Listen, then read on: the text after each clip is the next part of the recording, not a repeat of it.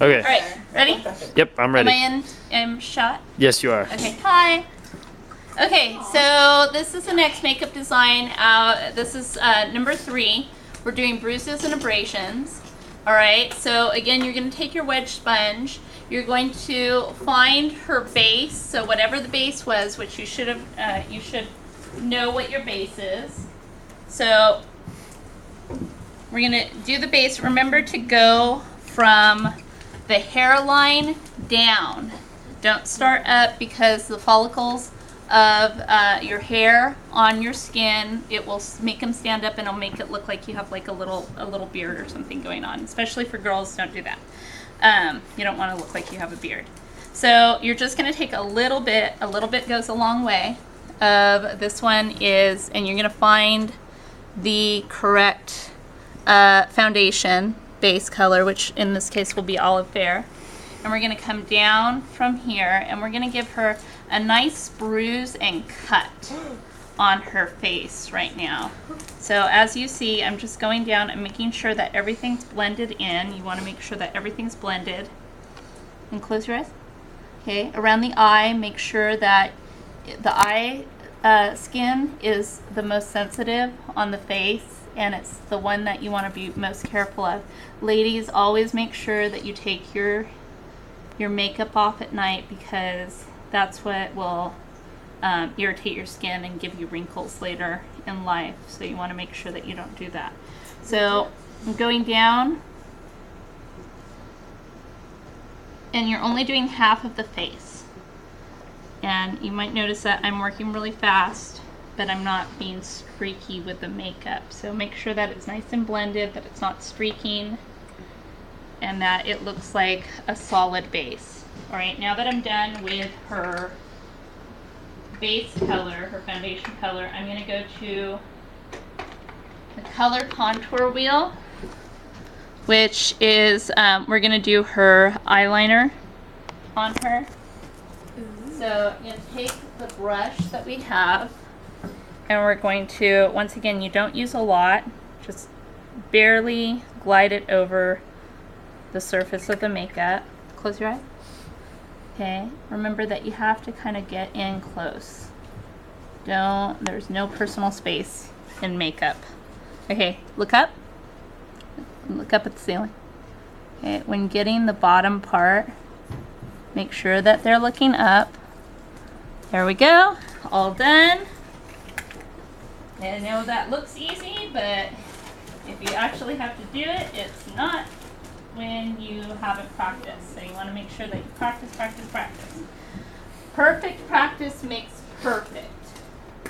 Practice doesn't make perfect. Perfect practice makes perfect. Okay, so you want to make sure that you're washing the brush as you go. You want to make sure that it's nice and clean, that you're not going to spread any germs. Okay, now once you do that, you're going to get a little bit of Ultralight right here at the corner of her eye, or his eye, depending on who you're doing the Ultralight. Ultralight looks like this, and you're just going to get some in the corner right here. This opens up the eye for on stage, so that way it makes the eye look bigger.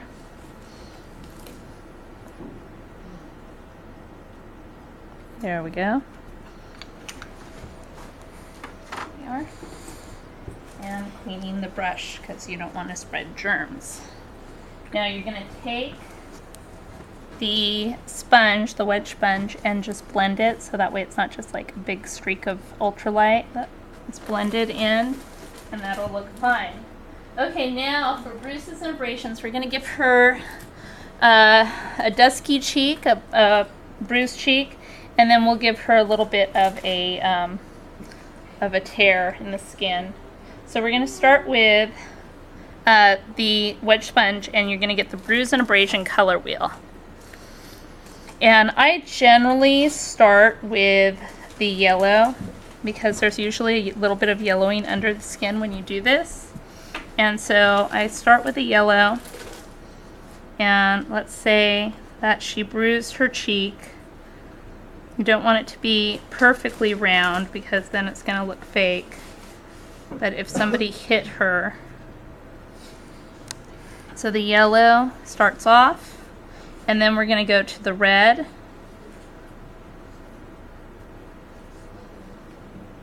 And again, it's just kind of layering over each other. You don't want to, you're not rubbing it in, you're just kind of patting it in. And then you're going to go to the purple. And again, sometimes when you get bruises, it's not going to be a perfect color throughout, so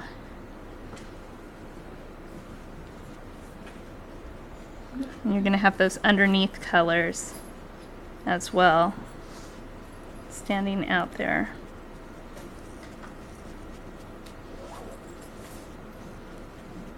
And then I'm going to go to the maroon here. Just a little bit of that. See that? Maybe it's been...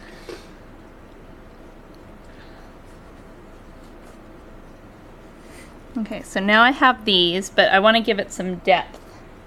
So we're going to go to our stipple sponge. And a stipple sponge looks like this.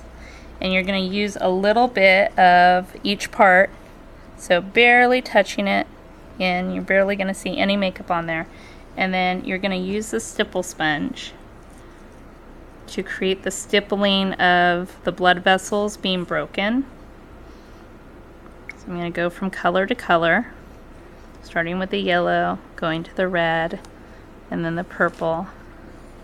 Again, you want to make sure that you're not using a lot, barely use any,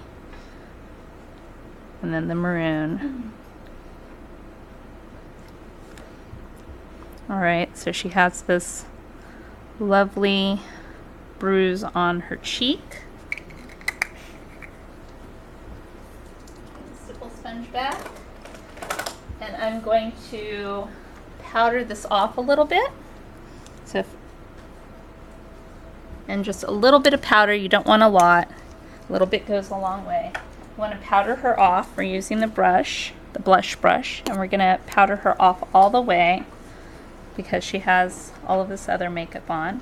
Remember, a lot of, with the blush, with the powder off, what you're gonna notice is that it will deaden the color, so you wanna go a little darker with some colors. And don't rub it in, because you will mess up the makeup that you've just done. Okay, so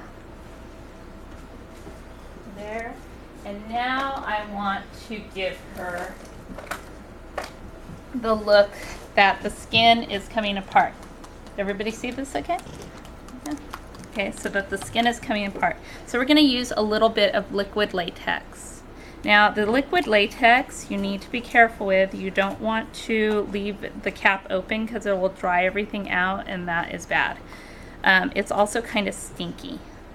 So what you want to do is apply the liquid latex. You're just going to kind of apply it here a little bit, and we're going to let it dry for a little bit.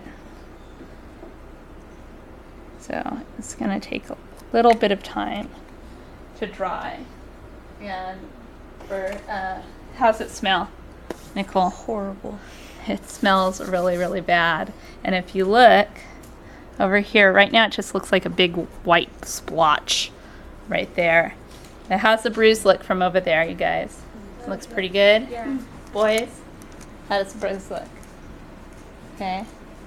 So now I'm waiting for this to dry, because what I'm going to do, I'm going to, just like with the spirit gum, I'm going to just kind of use my fingertip to make it tacky. But can we pause it here, and that way it can